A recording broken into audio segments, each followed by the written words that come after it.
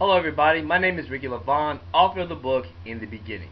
Now in this particular video blog, we are going to go over the two basic areas or structures that is actually within the entire Bible study.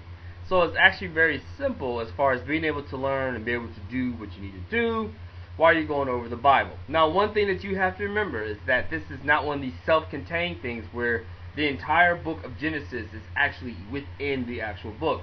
No, I'm sorry, you're actually going to go out and be able to get a copy of it. Now, don't fret or anything. Now, of course, if you have it on your phone, you're able to get multiple free apps for the Bible. So that's out there. There's actually cheap Bibles. If you want to get that, you can go in from the dollar store to like Lifeway. They have like super expensive ones if you want to do that, or a wide variety. Whatever it is that you want, whether you have a Bible right now, you just go ahead and get that. Now, I would suggest that you also make sure to get the entire Bible and not just Genesis, because there's actual other scriptures and text that actually goes over other verses. You might want to be able to read those as well. Saying all that, like I said, there are two different areas within this particular book, or basic structure. Section 1, questions from the Bible. And what does that mean? Literally, actually, what I just said. It's literally questions from the Bible. So let's say you read so many verses, like the question would tell you to read so many verses. You do that, and you answer the question. Now, what I would also suggest for you to do is that at the beginning of each lesson, because of course, like the title, it tells you which lesson it is, and then it gives you some chapters or some verses for you to be able to read. It could be anything from one chapter, like Genesis chapter 15 or something, to multiple. It could be Genesis chapter 17 through 20, or 17 and 18, or something of that nature. So whatever it is, I would actually suggest for you to be able to read it out, then actually go back and then start answering some of the questions. And the questions do vary. Sometimes it's multiple choice, sometimes it's fill in the blank, sometimes it's also answers as far as maybe different other things you can choose, blah blah blah. So there's a variety of stuff. Now, of course, this particular lesson, Bible study actually thing, should be able to fit most, of not any, all versions of the Bible. That is the one thing about when you're trying to word questions. Some Bibles use one word, some Bibles use a different word, and so when you run into that, you're like, uh-oh, they may not understand what I'm talking about, depending upon the version.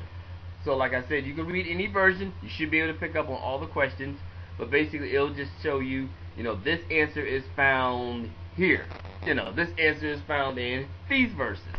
So that's just to allow you to be able to read the Bible, be able to understand, and be able to just answer those questions so you are able to be able to go through, read, and you're trying to read for understanding as well. Now, the second section is the personal study. Now, this one, it's not necessarily you relate it back to certain verses, even though many personal study questions might have you to reread something so that way you can be able to have it fresh in your mind before answering a question. For example, you might tell you, hey, I want you to read this one area that's dealing with Abraham, or it's dealing with Isaac, or it's dealing with what happens, would you have done if you was Esau, or whomever, whatever the character, whatever the question might be, it's going to be able to relate something back to you. For example, like when Jacob has to be able to choose between his two wives. Actually, I shouldn't say that he had to choose between two different wives, but how he had the one wife and he had to work again for another wife. And the whole thing is, well, what would you have done in that situation? Would you have showed love to the first wife as much? He's trying to make it back, pull it back, pull yourself in that situation.